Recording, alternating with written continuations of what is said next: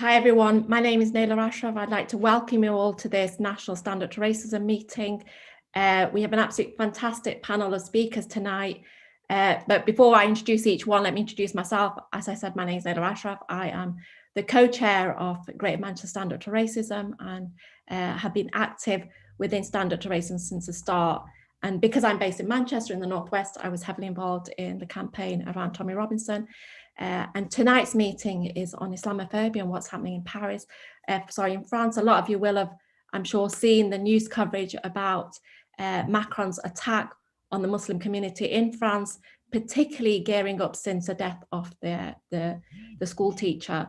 And we know that while we're seeing a huge rise of deaths through COVID, Macron is using this time and what's going on to emphasize and target the Muslim community through an attack on their civil liberties, attacking and closing down Muslim organizations, targeting mosques and the Muslim community in general.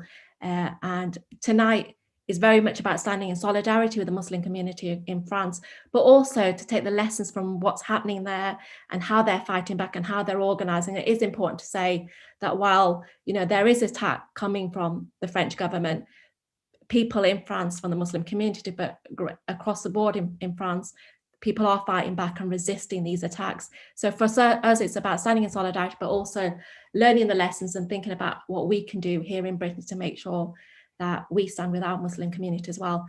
So we are short on time, so without much further ado, I'd like to actually just hand over to Barbara to introduce herself. She's going to be my co-chair for tonight. And then just to let you know how we're going to run, we will introduce each speaker as they come to speak.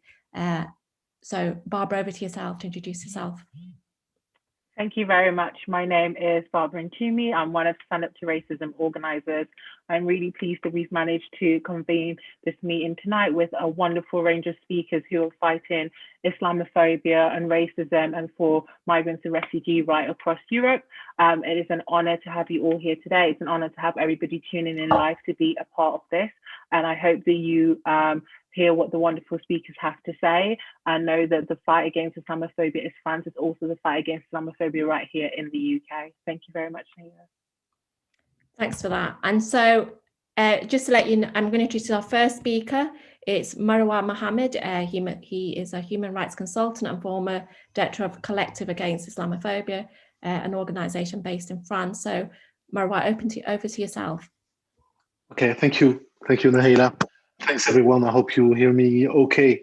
First, I would like to thank every participant, every organizer who made this event possible, and also all the people who are attending this live conference on the internet, and all the messages we received, these messages of support, these messages of concern also about the situation that is going on in France. And indeed, we have to start by saying that really, genuinely, this is unprecedented. We have never lived through a similar sequence in our recent history, because we are at the same time in a crisis on the health issues and educational issues, on the security front with the terrorism and violence in our society, and racial issues, and Islamophobia is just one stream of these contemporary forms of racism, albeit very dynamic, very dangerous form of racism, but still we need to fit this into a wider matrix of racism, including Negrophobia,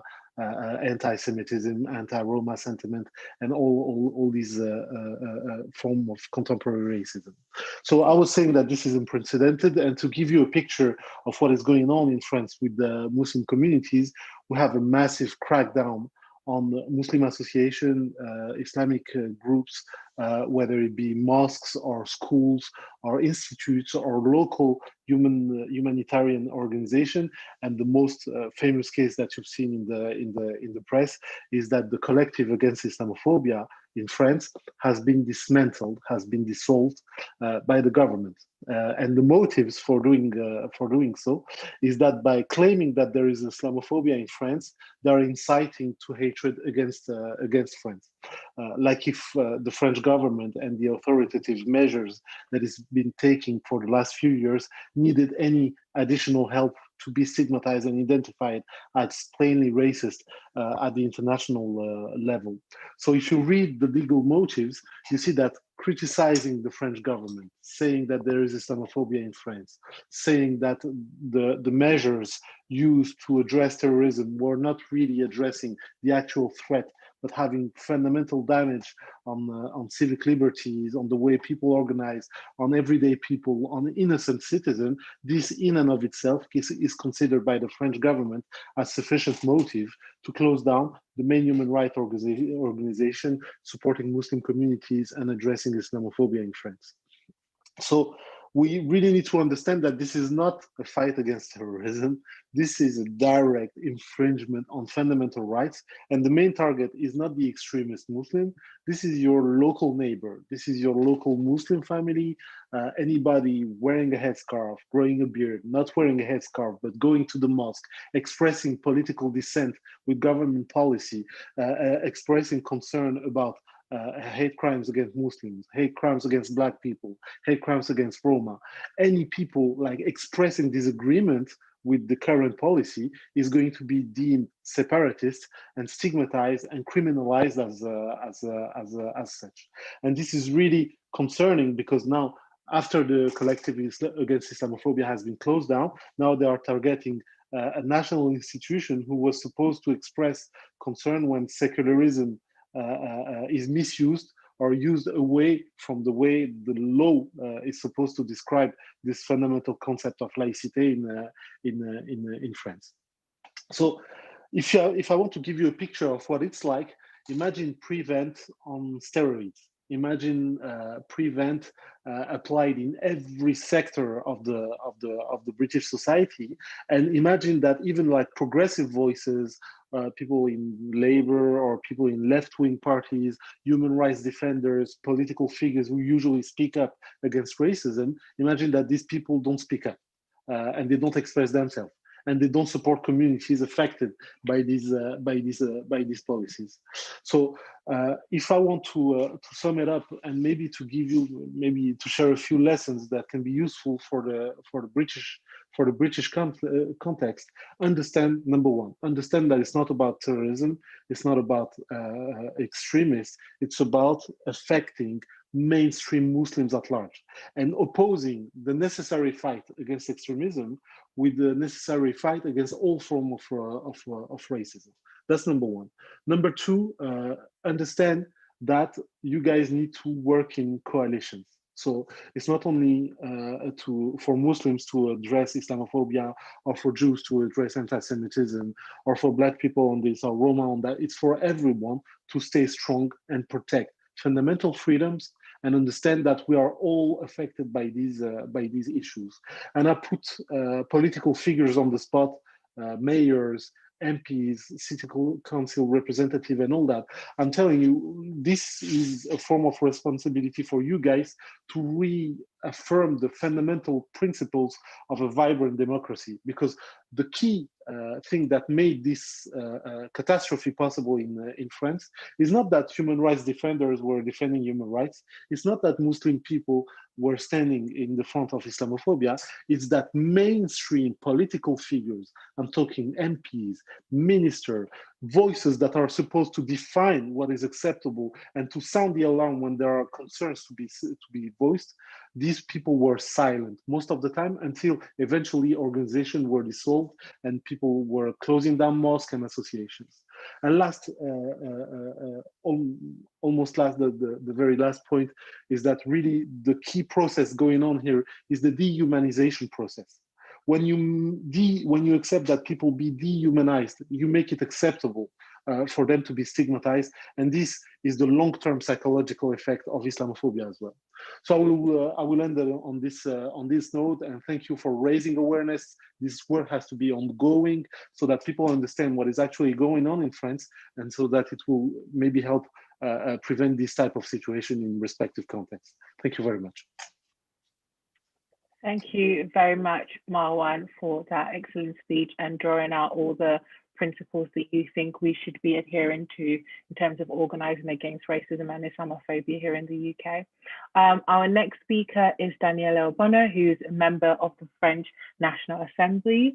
La France Insoumise. I hope I've said that properly. If not, please do correct me. And it's one of the leading politicians in France standing up to racism and Islamophobia. Danièle? Hi, everyone. I hope you can hear me well, if it's okay. Thank you very much for inviting me to participate in this meeting, very important meeting. I can stress enough, and Marwan already said it, how important it is to have voices internationally condemning and watching what is happening right now in France. We are, it's not the first time that the government is attacking Muslim people or supporting racism in society, but I think this now we are culminating. This is a culminating process. It's part on the one side of an electoral strategy by the government now for the 2022 presidential election, where President Macron want to be facing at the second round of the presidential election Marine Le Pen, the far right, is chosen opponent. And he said that, and he stated that now we have to make sure that she is my opponent, and we'll make sure every subject is about this electoral situation. So it's clearly part of an electoral strategy. But I have to also say that it's not just about election. It's also an entire vision of society where you in a society that is in crisis, health crisis, but also economic crisis, when inequalities is higher and higher, and so the society as a whole is put under a lot of pressure, and people are afraid, and the idea that the only way is to increase policing people, increase the pressure of security forces. That's the main debate we've been over the past weeks around this new bill, which is labeled total security. The idea that we need more and more police forces and give more and more power to police forces and less power to the people. So it's also part of this idea that we have to give up our freedoms in order to feel safe and to have security all around us. And part of that ideological setup is also the idea that because of terrorism happening all over the world and targeting places and countries like France, the problem is within. We have to find the enemy within, the enemies within, and those that are targeted, like scapegoated, are people of Muslim faith. And it's clear, it's not new. It's been happening over the past 20 years now, since 2001 and the start of the war on terror. But with the terrorist attack in France 5 years ago, and the high risk of over terrorist attack, and especially what happened, the terrible murder of Samuel Paty, it's been used. It's been used by the government very blatantly in order to push this political and ideological agenda. And I think it's important to remind people what has been happening over the past years, and now is culminating with Macron's government. So the second thing I wanted to stress is the fact that the left and the anti-racist movement has been weakened. What happened to the Collectif against Islamophobia in France? It's unbelievable that the government was so confident to do it, because I think because that's how deep Islamophobia has pervaded the entire society. And I think people, activists and organization and political movement has been like petrified by the aftermath of the trauma of the terrorist attack, but also because we've been used in the media and even in politics in general, with the idea that whenever you talk about Islam in France, it's always demonized, and it's always amalgamate it with terrorism and all that. And I think it's also what made it possible for the government to be this aggressive and to feel free, and the fact that the opposition to this movement is very slow to be built. So I think it's also important to understand why we've been so slow, and there haven't been so many voices and enough voices, and it's very shameful to admit that I think a lot of people were just like feeling didn't want to get lumped with anything that could be seen as a support for terrorism and stuff like that, but just because the media and far right politician and even mainstream politician have accepted this idea that anything that has to do with Islam is something toxic or something like that. So I think it's also important to understand that and understand the need to fight back ideologically and in the media against that, because that's what also weakens us when such attack happens. And the last thing I wanted to emphasize is that we also need to understand that once Muslim people are targeted, it will not end there.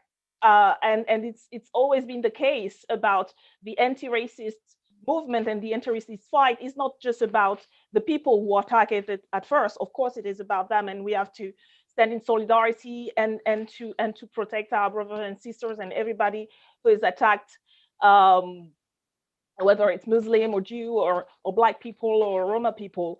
But the thing is, it's also about our freedoms and rights and liberty and civil rights for the entire society, because as we say, first the Muslims are targeted, but the bill that are being discussed now will restrict the freedom and the rights of the wider society of a lot of people, and we got a lot of associations that are now under attack. So that's I'm going to stop here.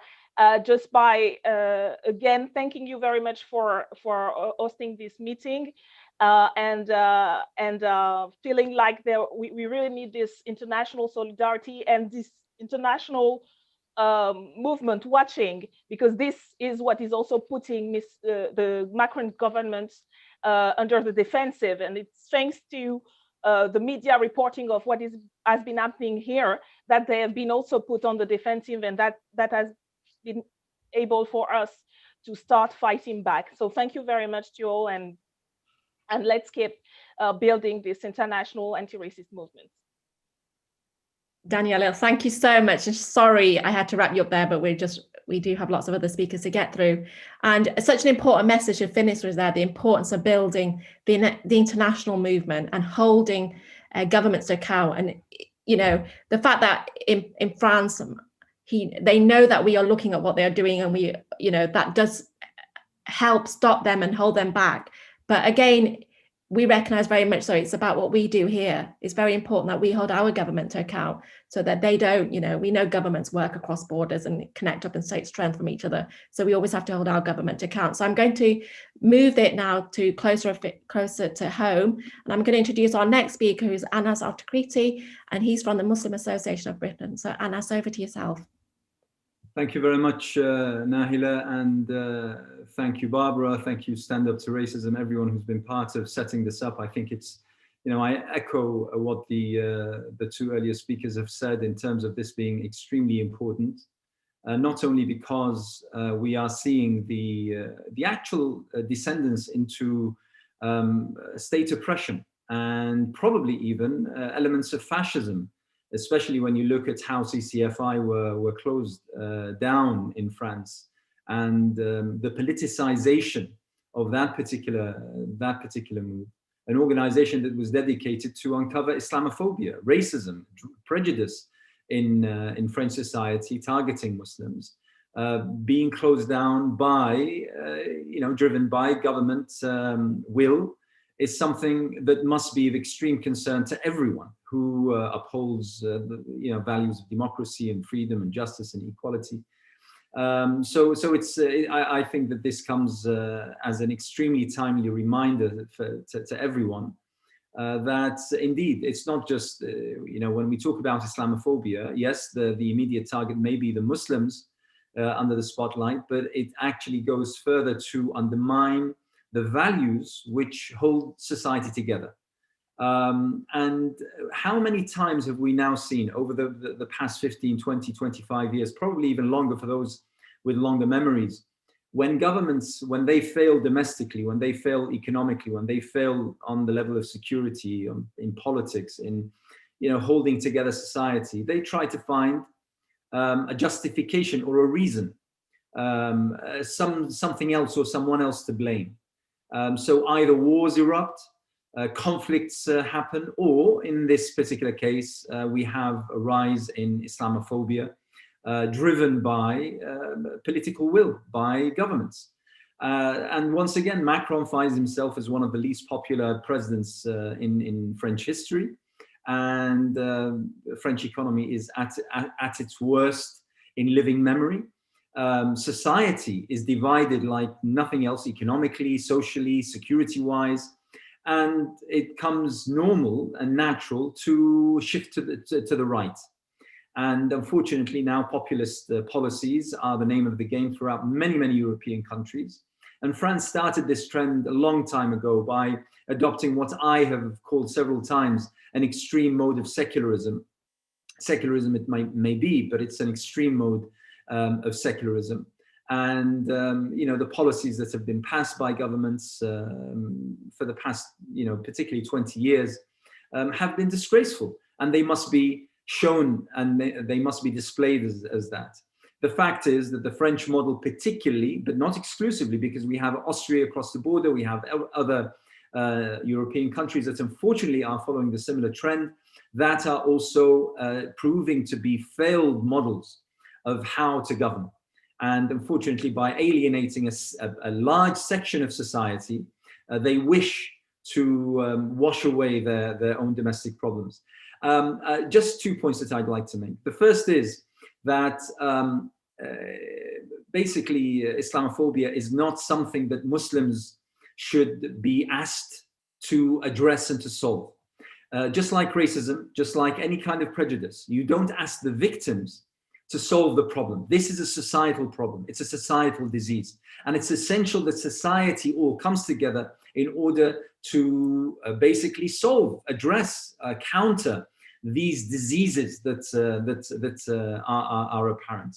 And the second point is that, just as Marwan said, we need to work together. We need to all come together. Coalitions, alliances, wide support groups, they are how we combat this particular trend. So finally, thank you very much to everyone who's been part of this. This is going to be a long haul. It's not something that we're going to solve tomorrow, the week after, or next month. As much as we would all love that it is solved, this is a long haul, but we're all in this together, and we need to widen this particular line so that we counter and face this disease within our midst. Thank you so much. Thank you very much for that contribution.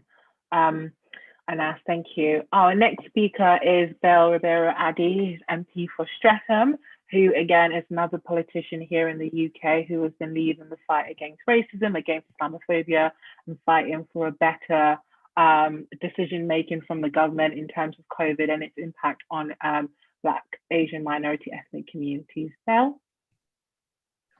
Thank you. Thank you very much, Barbara. And thank you for inviting me to speak at this very, very important meeting.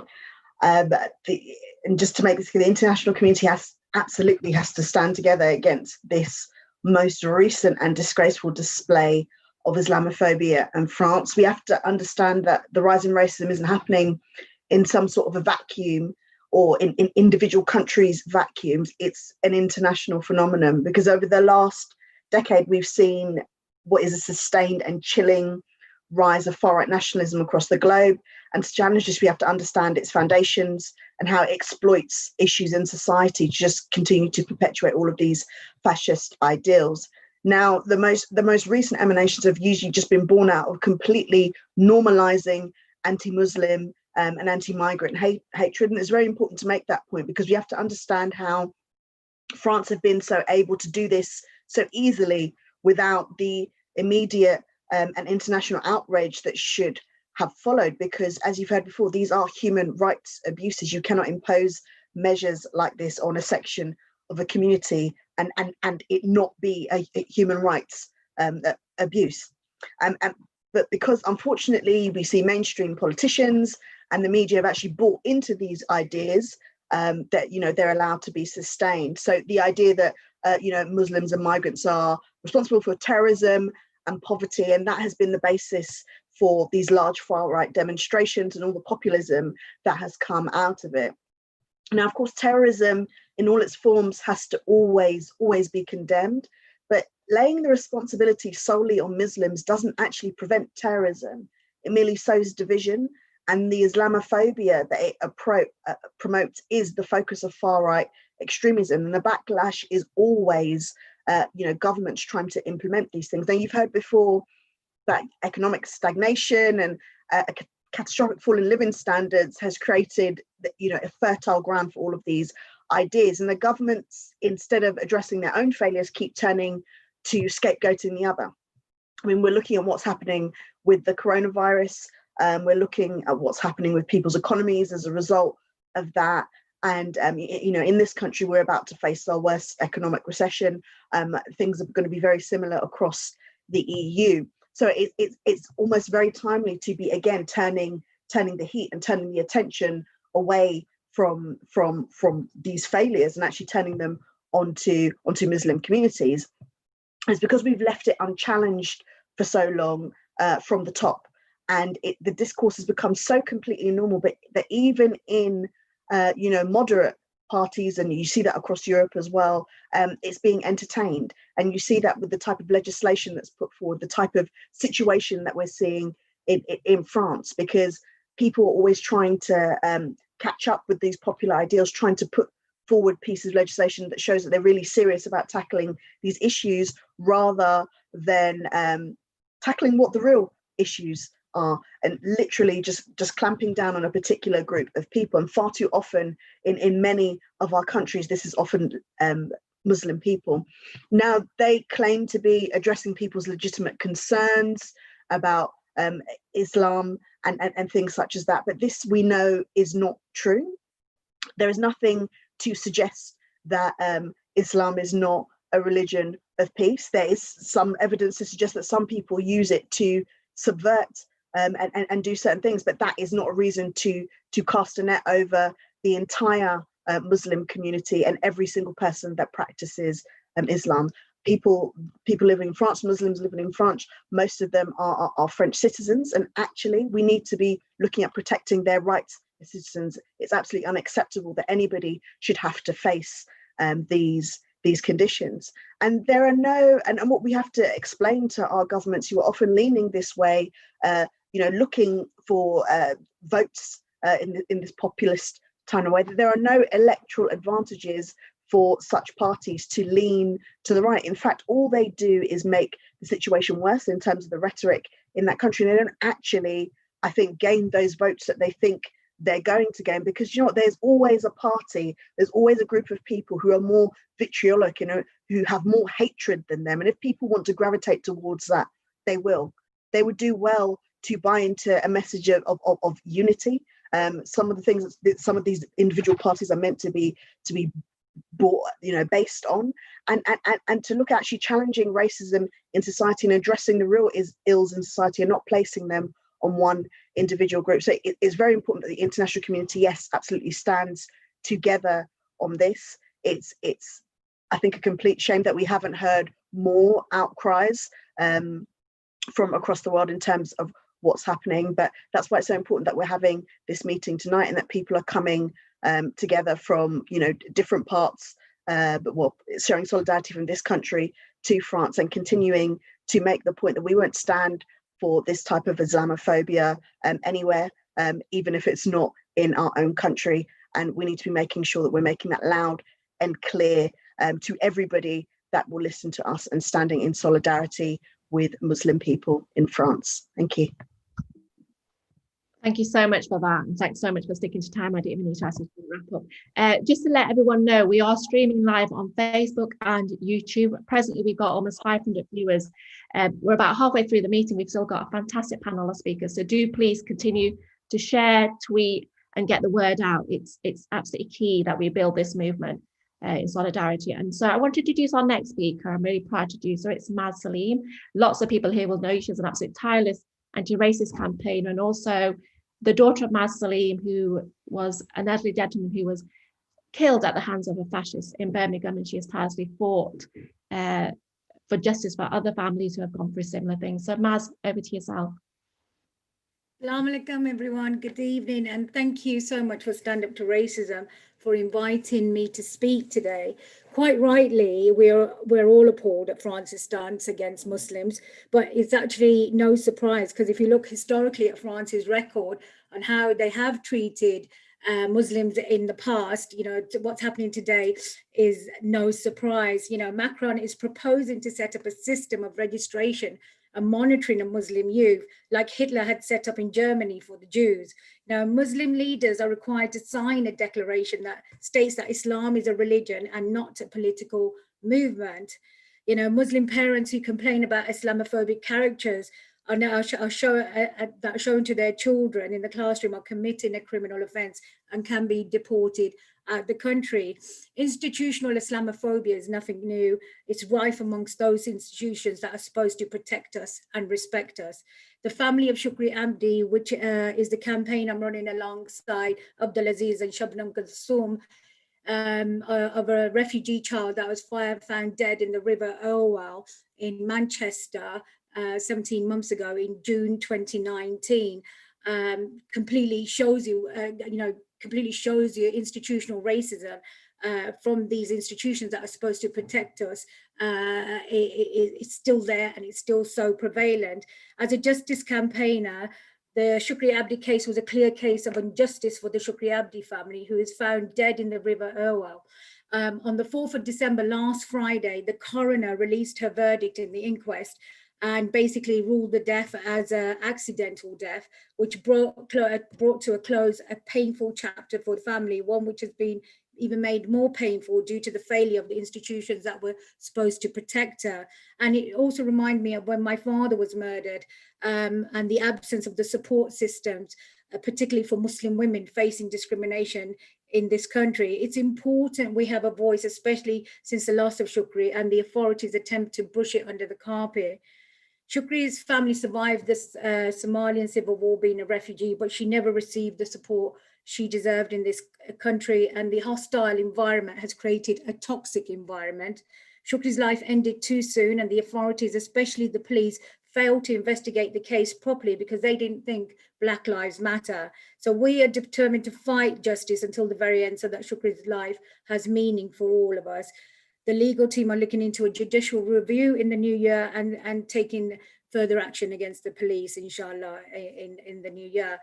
Far too many of these cases where the police fail to investigate, and I believe a major part of this is because obviously the police are institutionally racist, as pointed out in the Macpherson inquiry over 25 years ago, and nothing has changed. And, you know, if you look across the country, obviously in France, all across Europe, you know, everyone seems to be using Islamophobia to get, you know, in their political position.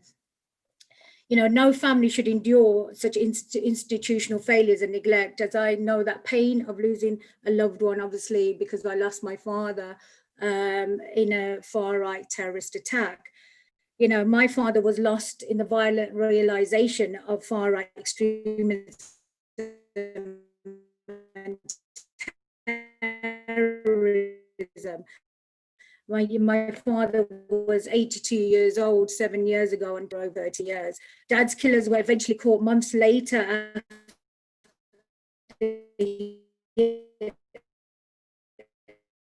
after he detonated 3 bombs outside 3 mosques. And I know about it. I was talking to the Uber driver the other day, and we were talking about politics, and, you know, I mentioned this case, I didn't say then others. and especially that this was one of the biggest acts of terrorism on UK soil towards Muslims, and the media still fails to recognise it as such. And even though Pablo was also charged under terrorism laws, you know, we as a family had to deal with institutional failures. When not, you know, at one point they were looking at us as perpetrators of the attack. So, you know, the police at the time, you know, when we started protesting against the way the police were treating us, the police at the time to stop protests and do their best to close the investigation at the beginning. So, you know, right now we all have to really stand together and stand with our brothers and sisters in France as a united front and challenge this disgusting narrative that is being perpetrated by the French state today. Thank you very much. Thank you very much, Maz. Thank you for sharing your father's story and for sharing about Shukri. Thank you very much. Our next speaker is, oh, sorry, I want to do a few shout outs first. So we've got solidarity from Penally Camp, Pembrokeshire, Pembroke, Lancaster, Manchester, Waltham Forest, East Cheshire, South London, Birmingham, Belfast. Lots of people on Facebook and on YouTube are sending solidarity and are tuning in. So thank you very much for joining us this evening. So our next speaker is Weyman Bennett, who's co-convenor of Stand Up to Racism, who has spent decades in the anti-racist movement, and I'm sure he's got lots to say about the current situation.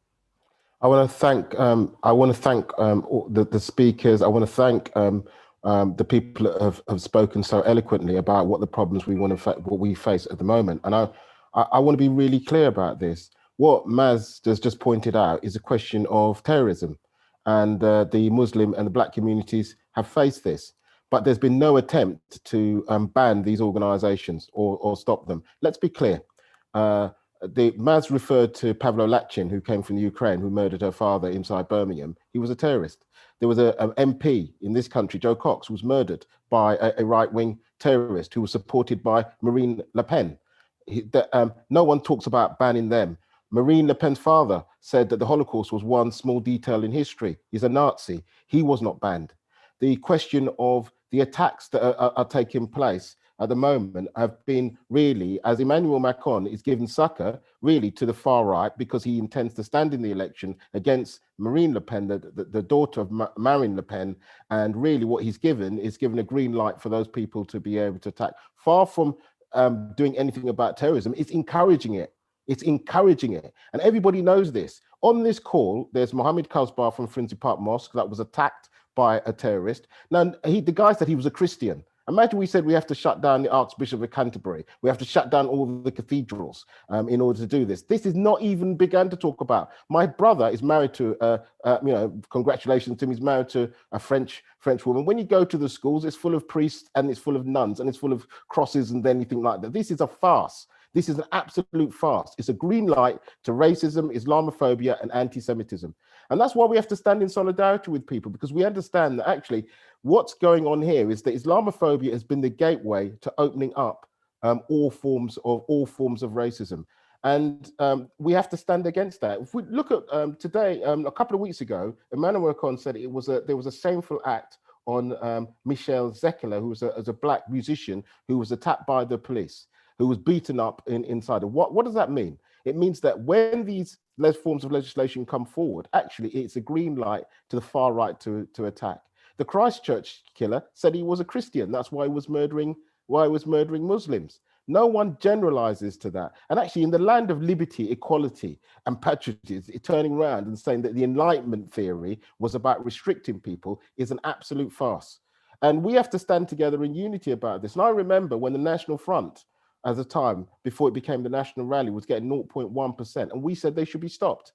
And we said they should be stopped because they had paramilitary elements, because they directly related back to the Nazis. No one talked about banning them. What they said is we have to debate with these people. We have to have a debate. We have to give them a platform in order to grow. We said no platform for Nazis or racists. And actually we were right, because what's happened is now, far from fighting those people, they're endorsing or semi-endorsing those attitudes in order to talk about how to build in the future. And I think that, you know, I've stood outside far too many mosques that have been attacked by racists and Nazis for us to be told that actually the real problem is the Muslim community. And by the way, let's thank the Muslim community for giving us the vaccine. A refugee and a Muslim and somebody from Turkey actually gave people the vaccine or came up with the vaccine. No one talks about the danger of Islamophobia coming up with vaccines that can save humanity. No one makes that kind of link because it's not a link they want to make.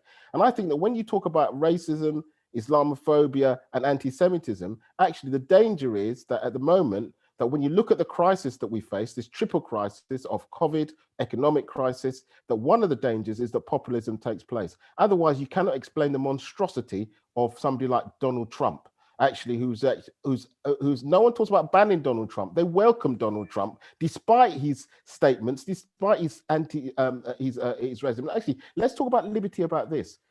In France, they wanted to put forward a law that said a woman had to wear a bikini on the beach. That's called sexism. That's called oppressing women. And they tried to endorse it in terms of the straightforward part of the French. So when we start talking about an erosion of democracy, we have to stand in solidarity, because what you recognize is when these forces start to grow, actually what happens is it endorses actual murder and terrorism. And this is not a small thing. I think what we have to understand is that if we gather our people together, we can resist this. In this country, we were able to. I know I've got to. We were able to defeat the EDL. And by the way, the National Rally sent a representative to support Tommy Robinson inside this country.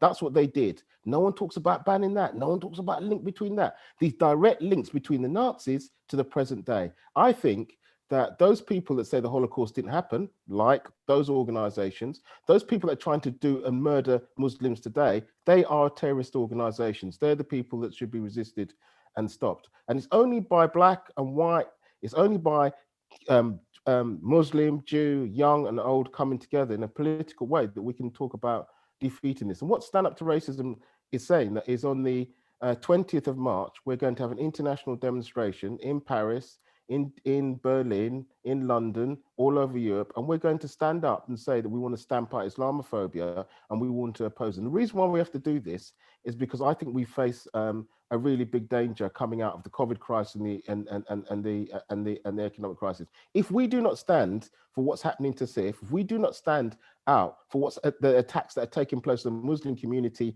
inside France, today it's them, tomorrow it'll be us, and it will be endorsed. So let's stand together and make sure that those people who try to silence us, and they do try and do that, when you speak out about Islamophobia, when you speak about racism, and you speak out about anti-Semitism, they say you have to stay quiet.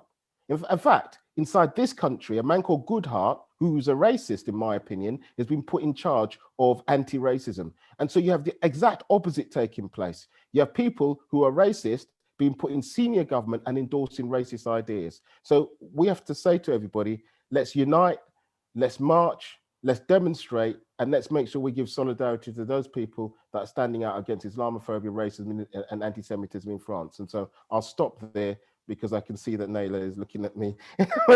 Don't worry, I'm gonna stay quiet, and I really want to listen to the rest of the panel. Let's march on the 20th of March for international solidarity against Islamophobia, racism, and anti-Semitism. Let's take to the streets and let's give solidarity to everyone. Thanks so much for that. And Weyman, you didn't stick to time as always, but that's fine. So we've got lots of messages of solidarity coming in, and please do continue with the messages and sharing and tweeting about tonight's meeting because it's so important. So I'm just going to read out a couple. We've got one from Alan that says, we have to keep up the fight against the racism here in the UK too. Someone else saying, thanks for those important words from our comrades in France. And then we've got also Kevin saying, we are a family united and we are stronger. And then someone else talking about how we need to take the fight with racism into our unions. And I think that's really fitting that I introduce our next speaker, who is representing the TUC. It's Will Sullivan, who's a TUC Race Equalities Officer. Will, over to yourself. Thanks, Naila. And I want to thank Stand Up to Racism for organising this meeting, because I think one of the things that's in the anti-racist movement that we've failed to do over many years is really take international solidarity as seriously as we should have. And one of the things that we've seen over the last few years is a growing convergence between neoliberal authoritarianism, centre-right governments, and the ideologies of the far right. And recently, at the TUC, we commissioned and published a report, basically not only looking at how the far right organised and what their ideologies are, but how they're organising on an international basis.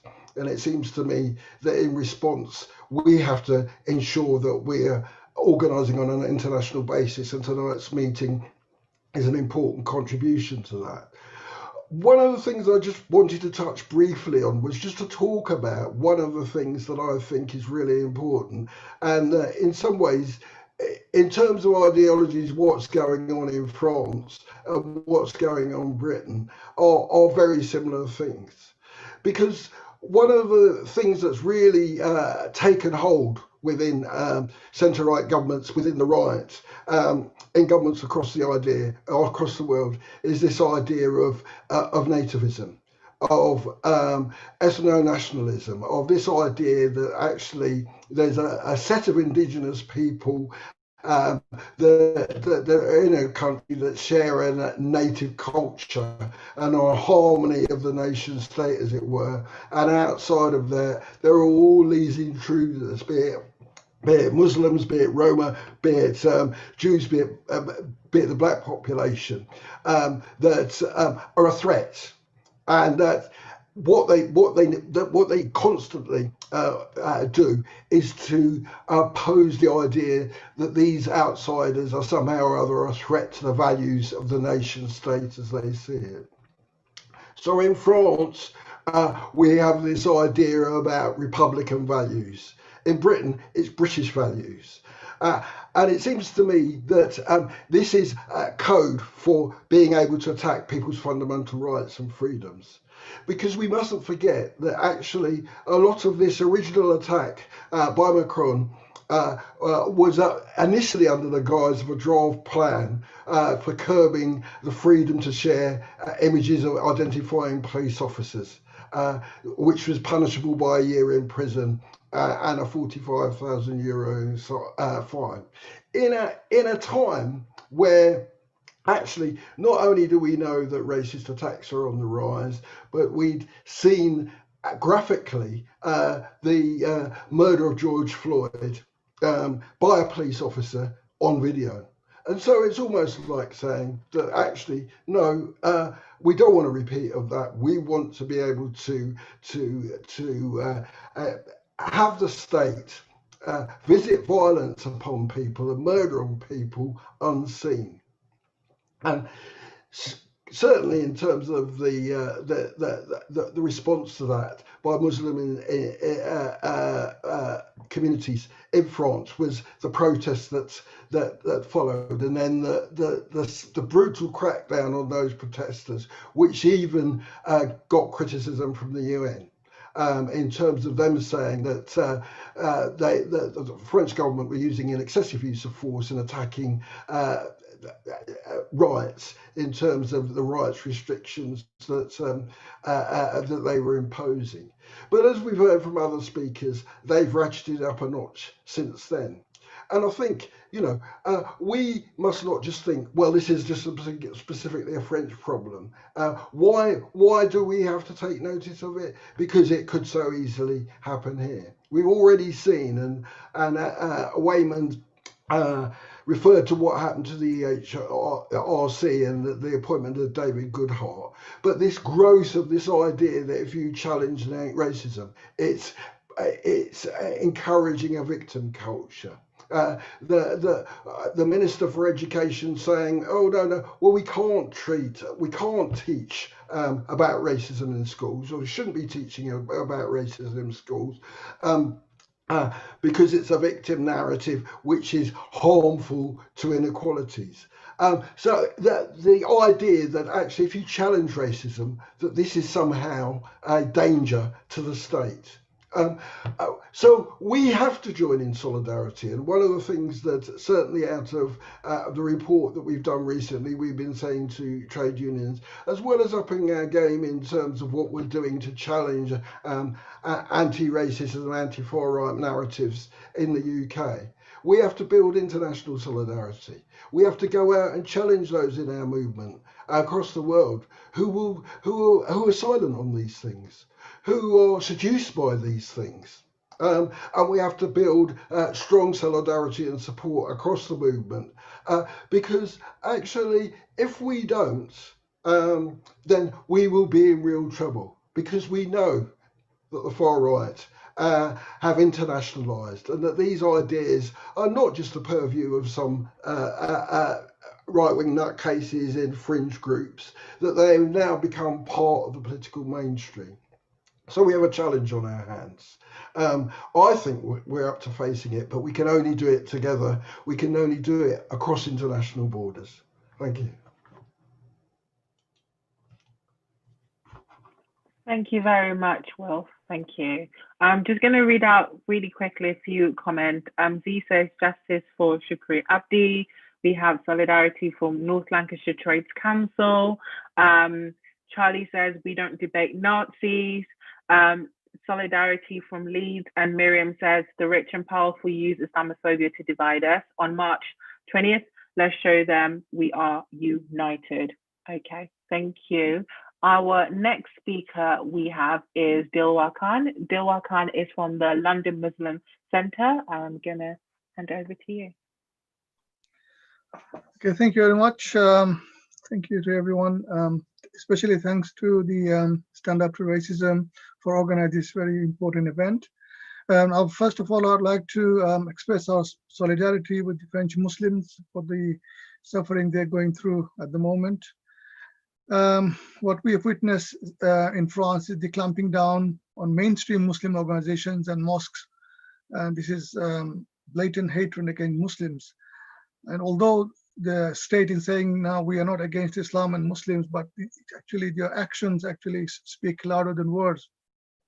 And this kind of actions are fueling the far right. And at the same time, it is giving the message to the Muslim youth, you know, that the French government or that they hate Islam and Muslims. And this is how, you know, a person, you know, starts the journey towards extremism and terrorism when they see this kind of action. These are counterproductive actions. What I'd like to say that, you know, that as many speakers have mentioned, that this kind of hatred is nothing new. We have seen this before, you know, and I personally have witnessed this. I've lived through it in the 70s and 80s. As Weyman mentioned, that we, you know, as teenagers, we were targeted, we were beaten up by the National Front. It was a very violent anti-foreign party in UK at that time. But at that time, we were in it together. You know, they were against all foreigners in UK. But unfortunately, what we are witnessing now is that the Muslims have been singled out as we are the problem. Everyone else is okay, but the Muslims are the problem. And we've seen this escalation of hatred against Muslims, especially after, you know, these Gulf Wars, and then the 9/11, and then the 7/7. And what we have witnessed is that especially in the last couple of decades, the hatred against Muslims have increased. And there is a perception, or you can say the message given by the far right group and some media, that this extremism, the mosques are actually preaching extremism, and they are preaching hatred. And this is the kind of message they're giving. And as a result, the far right, they are targeting the mosques. And I can tell you, you know, from my experience, I've got contact with many of the mosques in this country. None of the mosques, as far as I know, you know, are preaching any sort of extremism or any hatred. You know, the mosques are actually helping the community, to become responsible citizens of this country. But unfortunately, many mosques have been targeted, just like our East London Mosque and the London Muslim Centre. We've been a target of the far-right groups like the EDL and the Britain First. We've been receiving hate mails regularly, white powder sent to us by post. There was a bomb threat on Friday just before the prayers. There were several protests outside our mosque, planned protests by the EDL, where we actually came together, and we didn't let them actually march in front of our mosque. But there's another group called Britain First, which is another far-right group. They actually came a couple of times unannounced, and and tried to provoke our youths and our community, to attack them and make a scene outside of our mosque. So what we are also witnessing now is our Western democratic countries leaders actually making anti-Muslim statements, and this is, as I said, this is fueling the far right. Unfortunately, Muslims are not only suffering in France and in some of the European countries, that they are suffering all over the world. There's anti-Muslim hatred in China, Burma, India, Sri Lanka. All of these places we are witnessing, this anti-Muslim hatred. So we actually need to come together, to stop this hatred against Muslims. As many of the speakers said, that it's against the Muslim today, but it will be against another group tomorrow. But the reality is, this accusation against Muslims that they are Muslims are blamed for the terrorist attacks. Terrorism is nothing new. It's been there for decades. Many groups, they have used terrorism, but it seems that the Muslims are now just, it is shown as if that Muslims are the ones who actually are to blame for all terrorist attacks. If a Muslim person engages in any terrorism, the whole community should not be blamed for that. We have to, criminals should be treated as criminals, and they need to be singled out. So there are criminals in every community. They are committing murders, they're committing terrorism. So we should not blame the whole community for that. You see, we need to, all of us, we need to work together. In fact, Muslims are also, the majority of the people in this world are victims of terrorism are Muslims. What's happening in Afghanistan, in Iraq, and many other Muslim countries, the extremist, the terrorist people actually killing Muslims indiscriminately. And you probably know that in the 7/7 attack, about 5 or 6 of the victims were Muslims. When I went to the States and I saw, I went to the ground zero, and I was really shocked to see that so many people who died in the 9/11 attacks were also Muslims. So my friends and colleagues, what I want to say that, as other speakers said, we need to continue with our struggles to remove all forms of hatred and discrimination against minorities. I just want to end with the quote of Edmund Burke, who said, "All that is necessary for the triumph of evil is that good men do nothing." So we have to stand up together and fight against these injustices that are committing against the Muslims and the minorities. Thank you very much. Well, thank you very much for that. I'm sorry that I had to rush you along there. It's just we do have quite a few speakers to go through. And so important the point you made about the fact that your mosque has been targeted by organisations like Britain First. It's happened here as well in Manchester, and always seems to happen after a comment or that comes from actually the government. It's really important to say there is a connection with what our government says and the impact it has on local Muslim communities, and particularly the mosques. I know there are a number of mosques in Manchester that have been targeted as a result of comments that have been made by various government ministers. So thank you for making that point.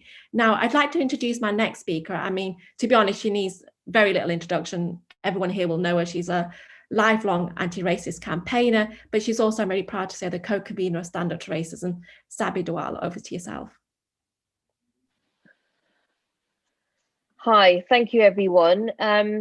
So obviously the measures being proposed by the Macron government grotesquely undermine freedom of speech and freedom of expression, despite claiming to do the opposite.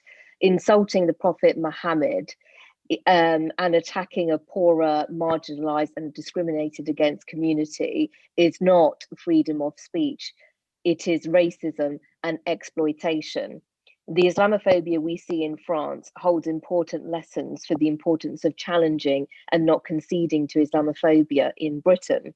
Now, the justification for this legislation attacking Muslims is that it's necessary to deal with terrorism. However, there is no evidence linking mosques and mainstream Muslim organizations with terrorism, as many of our speakers have rightly mentioned. In fact, if we quote Oliver Roy, who is a French sociologist, in a piece in the Financial Times recently, he wrote that, in fact, when it comes to young people involved in terrorist type organizations, ISIS type organizations, he said, most were radicalized among small groups of friends and relatives, often in a milieu characterized by petty crime and delinquency. They used the internet to find texts and inspiration and made little or no reference to the tenets of Sharia law. They came from the margins of Muslim life in France, not the center. Could the measures now being proposed have prevented any of the terrorist attacks carried out in France since the bombing of the Paris metro in 1995? The answer, it seems to me, is no. So, in fact, there is no link between mainstream Muslim organizations and terrorism. So what's the real motivation? The real motivation for this legislation attacking Muslims is to scapegoat and to distract from Macron's catastrophic handling of the COVID-19 crisis. So I think it's worth reminding everyone that the first time that this legislation was being proposed was before the horrific beheading of Samuel Paty and before the Nice attacks. It coincided with a dramatic rise of COVID deaths and cases and the start of the second wave in France. This cynical use of racism and Islamophobia must be stood up to. Like Trump attacked the Black Lives Matter movement and Boris Johnson attacks refugees, Macron is attacking Muslims. The other issue is that the next French presidential election is in 2022, and Macron has his eye on the right-wing vote. But this is not only morally wrong, but electorally ineffective. Conceding to Islamophobia and racism strengthens the far right and fascism. And since the banning of the hijab and other religious symbols in schools in 2004 in France, and the banning of the niqab in France in 2011, Le Pen, the National Rally, and previously the Front National went from strength to strength. And these are the important lessons for us in Britain. We cannot be complacent when it comes to Islamophobia. So just to remind people, when Boris Johnson compared Muslim women to bank robbers and letterboxes in his piece in Telegraph, Islamophobic attacks went up by 375% in the 3 weeks after that piece was published. And so I think it's important for us to remember that we must challenge Islamophobia and challenge politicians that concede to Islamophobia. We have to defend our multicultural society. And but more importantly, I think, as Marwan Mohammed said earlier, we have to have a broad alliance against Islamophobia and racism. We cannot just have one community fighting the racism or Islamophobia or anti-Semitism that they face. We have to unite together, all of us, trade unionists, socialists, liberals, Muslim, Jews, Christians, Sikhs, Hindus, lesbian and gay communities, trade unions. You know, we need to have a broad alliance against racism, Islamophobia, anti-Semitism, and all forms of racism. An attack on one of us is an attack on all of us. Thank you. Thanks so much for that, Sabby. And yeah, such an important message of solidarity. So my next speaker is someone that Stand Up to Racism has worked with closely over the years, and again, from another mosque that has been known to be targeted by the far right and other organisations. So I'm going to introduce Mohammed Kozbar, who's from Finsbury Park Mosque. Mohammed, over to yourself.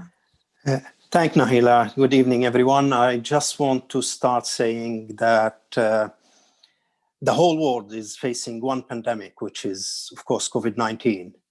We Muslims I always say we face two pandemics, actually, COVID-19 and Islamophobia around the world. And unfortunately, both of them are in the rise and spreading, not just here in the UK, but in Europe and in the whole world.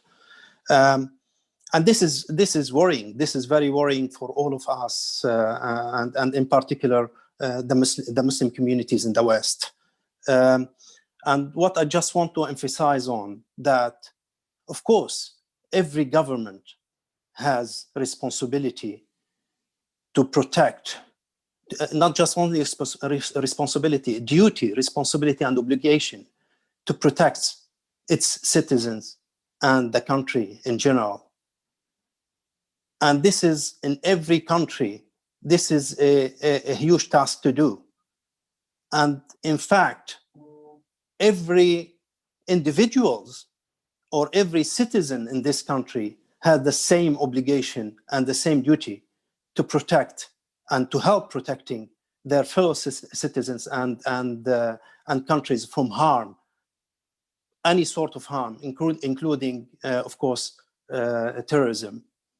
But that does not mean that using these horrific attacks and terrorist attacks as an opportunity to launch another attacks and crack down on civil rights organizations, on individuals who are working to protect their own communities and to protect their own people, just because they want to gain either a political achievements, political points, or they bring under pressure from dictators or from countries ruled by dictators, whether they are in the Middle East or elsewhere.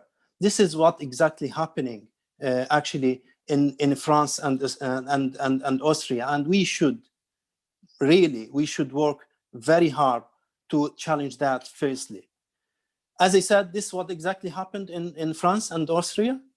And we've seen using the terrorist attacks, using the terrorist attacks happening in France recently and in Austria as well, to crack down on CCIF and other organizations who are tackling racism in general and Islamophobia in particular. In fact, it is worse in Austria. Actually, the government said there that the cracking down on certain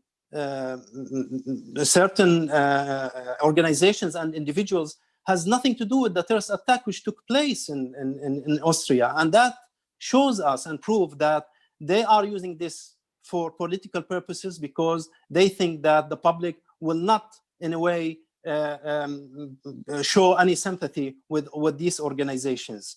And what I want just only to say at the end, that this is going on for quite a long time, and soon might spread not just only in France and in Austria, but it might spread in other European countries, including the UK.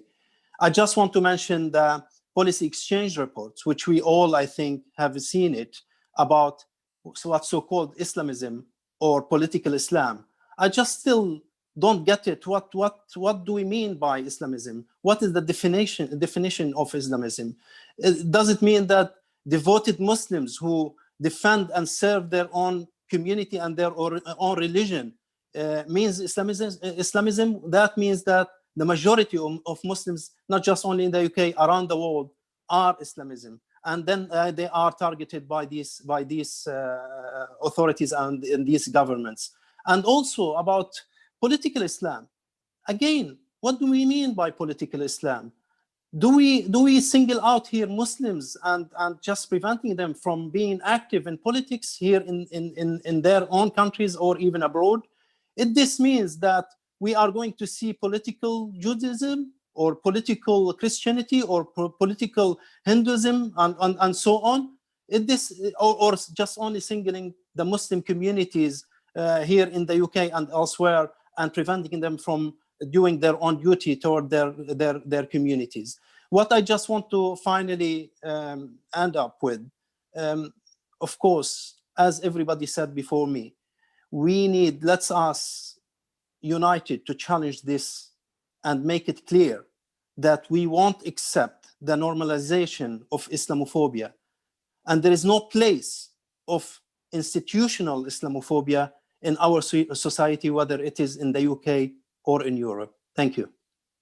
Thank you so much for that, Mohammed. Thank you so much. So we've got a couple more speakers, and obviously one of those, our final speaker, will be Diane Abbott. So do please stay tuned. A couple of more messages coming in. So B says the Golden Dawn was smashed by anti-racists, the courts and the communities in Greece. So it's important to bear that in mind. We've also got a message here from Dennis saying the use of Islamophobia and racism is a distraction for the COVID crisis. And then one final one, Paul says, in Islington, we are very proud to work closely with Mohammed and Finsbury Park Mosque. They have been at the forefront of standing up against Islamophobia. So I think that's Paul from Islington Stand Up to Racism. So thank you very much for that. So my next speaker, again from another Muslim organisation, one in particular that must be doing something right because they're forever being attacked for what they do. So it's Azhar Qayum from MEND, an organisation that has been leading the way, particularly around Islamophobia Awareness Month, and we're really proud as Stand Up to Racism to work with MEND. So Azhar, over to yourself. Thank you, Naila, and thank you, Stand Up to Racism and friends, for this excellent evening that you've put together today. Islamism, as framed in France and Austria, is a serious attack on human rights that we should take as a warning here in the UK. It's not rooting out of extremism and terrorism, but reframing of legitimate Muslim civic and political participation as extremism and terrorism. What is happening in Austria and France should rightfully be called out, and we should stand with French Muslims and the fight for justice in Europe. At the same time, we need to take the warning signs for our own society here. Voices from within government and its favorite think tanks have been calling for a similar framing of Islam and Muslims in Britain. We've just completed Islamophobia Awareness Month here in the UK. The month was supported and hosted by almost all significant Muslim organizations in the country, and it was supported by interfaith and anti-racist organizations, including Stand Up to Racism. In total, there were 100 partner organizations and over 200 individual events over a period of a month in November.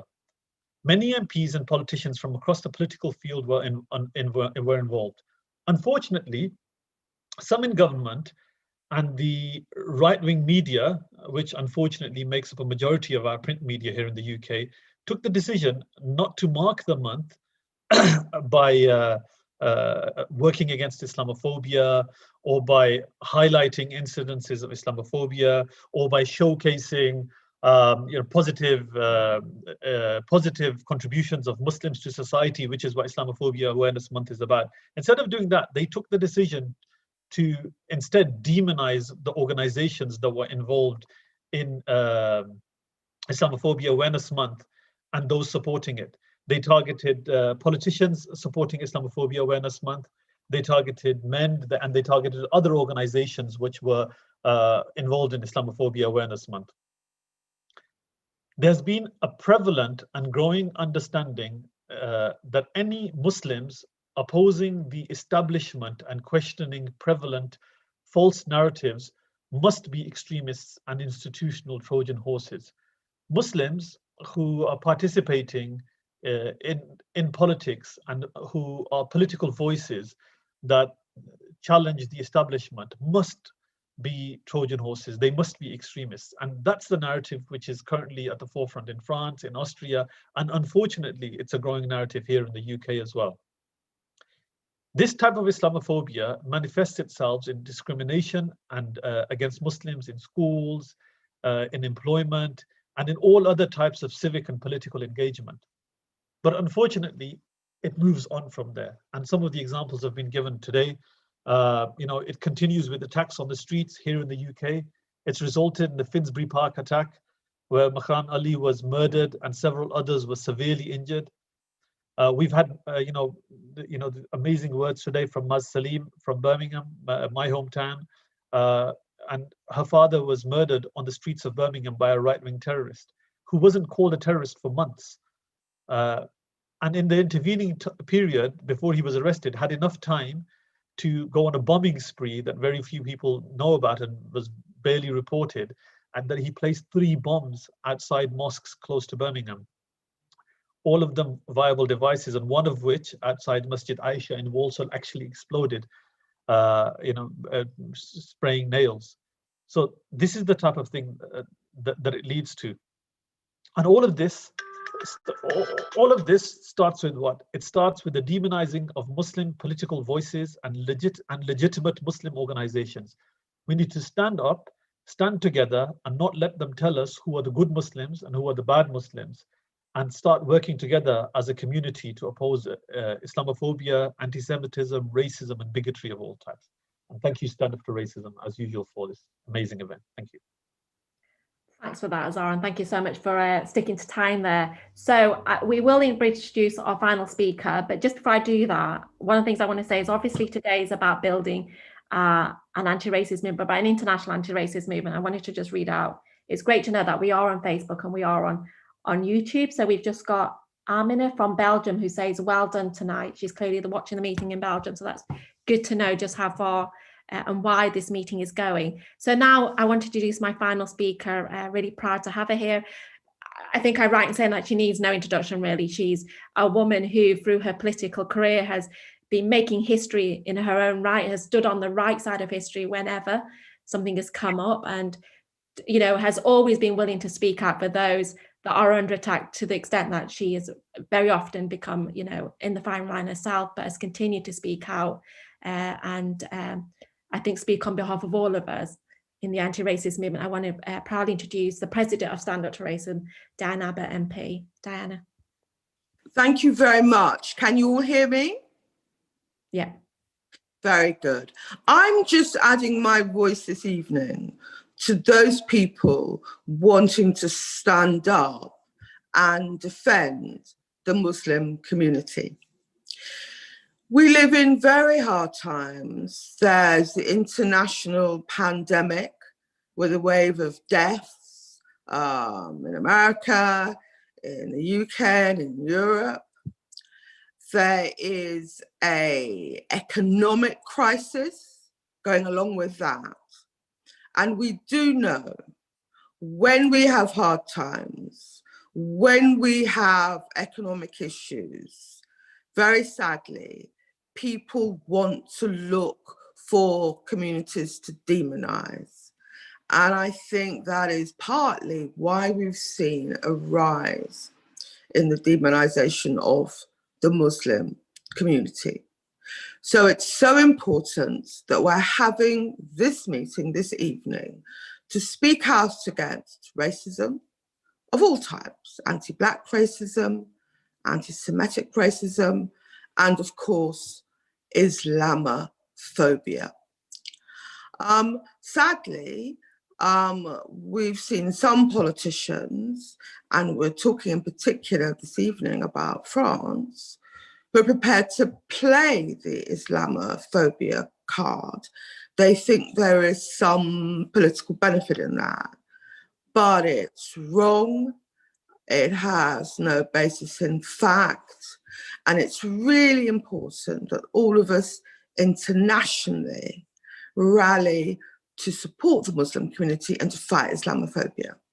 Here in Britain, we've seen some very concerning aspects of Islamophobia, whether it's far-right organisations, whether it's the attack that we saw on the mosque quite near me in Finsbury Park, whether it's the government PREVENT programme. I've long argued against the PREVENT programme. It's meant to be an anti-terrorism programme, but what it actually does is discriminate against the Muslim community and demonises the Muslim community. It's not an indispensable tool in combating terrorism. It's about demonising a community. And just the other day, the independent review of anti-terror legislation said that the entire panoply of so-called de-radicalisation measures do not work, and that includes PREVENT. So I've long argued against PREVENT. It simply makes Muslims the other. It simply opens up the Muslim community to discrimination, and it simply demonizes the Muslim community. I've always argued Prevent was unjust and not fit for purpose, and I will continue to argue that. We've also seen, as part of the general tide of racism and hate crime, the rise in hate crime. In the year up to March this year, we've seen a rise of over 8%. And this is hate crime in relation to race, but it's also hate crime in relation to the Muslim community. And it's very important that we speak up about this hate crime. It's very important that we organise and campaign against this hate crime. And it's very important that we say that the hate crime, including the violence that we do see against minority and Muslims, often has its roots in hate speech against minorities, including Muslims. The other issue we've seen in the recent months has been the scapegoating of minority communities. There's a lot of talk about free speech, but people seem to want free speech to demonize minorities, and that must be wrong. These are difficult times. Minority groups will be demonized. But I'm very glad to be here this evening to speak up against racism, to speak up against anti-Black racism, to speak up against anti-Semitism, but also to speak up against Islamophobia. I'd like to thank Stand Up to Racism for organising this great meeting, and I look forward to campaigning with you all in the future. Thank you very much, Chair. Thanks so much for that, Dan. And I think the only thing left to say is thank you so much to everybody that's joined us again, not just a fantastic panel of speakers, but everybody that's watching at home. The link to this meeting and the recordings will be online, so please do continue to share those. I think there's plenty of people that will want to watch and our speakers tonight and weren't able to do so. But we have had an absolutely fantastic number of people watching, I think almost 500 people across the two platforms. The only thing left for me to say is, if you're not already involved in your local Stand Up to Racism group, please do join. If you don't know how to contact your local Stand Up to Racism group, please do get in touch with the national office and we can direct you to your nearest local group. We do have groups across the whole of the country, so do please get involved. We need to make sure that we can build a strong anti-racist movement to be fit to challenge what is coming up ahead. We know that we've had some fantastic victories. It's really important that we celebrate those victories, but also to recognise that it's unprecedented times. We are going to see a massive backlash from this government. We've seen already what the impact of their handling of COVID, and particularly the impact it's had on the Black community, but to recognise that we are about to go into, I think, probably one of the worst economic crisis that we've seen in generations, and not just a generation. And when that happens, history has taught us that governments use a racism card. They want us to blame each other rather than standing together in unity against what they want us to, against what, they want us to pay the price of what they've done. So with that in mind, please do remember, get involved, support Stand Up to Racism. Remember, next year on the 20th of March, it's a International Day of Action, UN Day of Action against Racism and Fascism.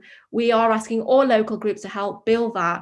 We won't be having the big national demonstrations that we've done in the past for obvious reasons. Whatever this government says about rushing back into business as usual, we have a responsibility to keep safe and keep everybody else safe. And we proved during the summer that we can do that. We can be out on the streets, we can be socially distanced, but we have to hold this government to account. So please help us build the local events in your areas, get in touch with us and stay safe. And thank you very much. And we'll see you all soon. Good night.